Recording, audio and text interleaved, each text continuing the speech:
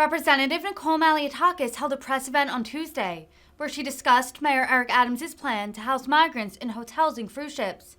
Malliotakis hammered Adams for the decision, saying it showed, quote, utter incompetence. The New York Republican also condemned President Biden for his handling of the southern border, saying that she visited the southern border and it is, quote, spinning out of control. Malliotakis also called the problem, quote, self-created. Last March, I visited the southern border, and when I was there, I can tell you that this thing was spinning out of control, and I had come back from that trip and said just that, all right? And my colleagues have been sounding the alarm that this is a problem that is self-created by this administration, that they decided to come in and change policies that were working by the previous administration to control what was happening at the border, to restore some sense of order and process, so people who are coming and applying for asylum can have their cases heard in a timely fashion, but also that they had to remain outside of the United States until their court cases were heard. That was a solution that was addressing the issue.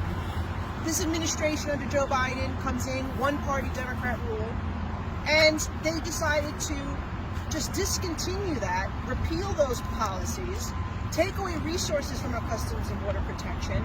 And I can tell you, having been at the border, seeing the chaos firsthand, it has created a disaster for everybody involved. Everybody involved. The only people that are benefiting from the current process right now are the drug cartels, who are making billions of dollars smuggling humans, smuggling drugs into our homeland. And that's a fact. When you talk to the children that were at these areas where they were being held, they were crying because they were raped along the journey. They saw atrocities, experienced atrocities that no child should ever experience. Women who are being sex trafficked. I can go on and on with the horrific examples and things that we heard, but the bottom line here is that this administration has enabled the Mexican drug cartels to do this. And now it has gotten out of control. We've called for the border to be secured. We have a bill called the Border Security Act of America. We want to also see Remain in Mexico restored. We want to see more judges put for these hearings to be swift, because we are seeing 4 million people over the last 2 years enter into our country, and they're coming from over 60 different countries. So not all these people are eligible for asylum. So we need judges to hear these cases quickly, to identify those who are eligible for asylum and those who aren't. And there was a process to deal with this, and now there isn't.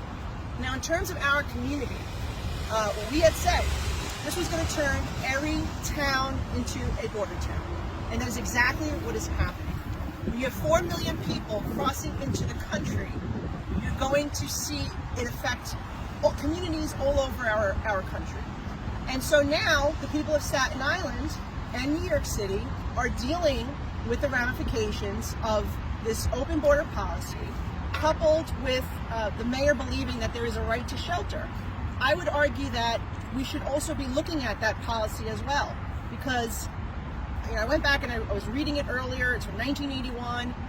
It's not clear whether it doesn't specify citizens and non-citizens. But reading through the decree, it seems that the mayor can make the case that this is not the right to shelter for people who are not citizens of New York or the United States. And so I think that those issues need to be addressed as well from the local level. But I'm here with my colleagues to join them in saying that this was a community that didn't support these policies being put in place by the president. And we shouldn't be subjected to the impactful burden that it is placing on the taxpayers, right? As Vito said, there's a cost to this. The controller is estimating about a $1 billion cost for New York City to deal with this crisis. And it's going to fall on the backs of people who are already struggling to keep their own roofs over their heads, to feed their own families, and just to get by in this economy. They cannot afford to deal with this burden as well. And so we need to come up with a better solution. As I said before, House Republicans have laid out a plan on how to deal with it from the federal level, and my colleagues here are also talking about what could be better done from the city level, but this is not the solution.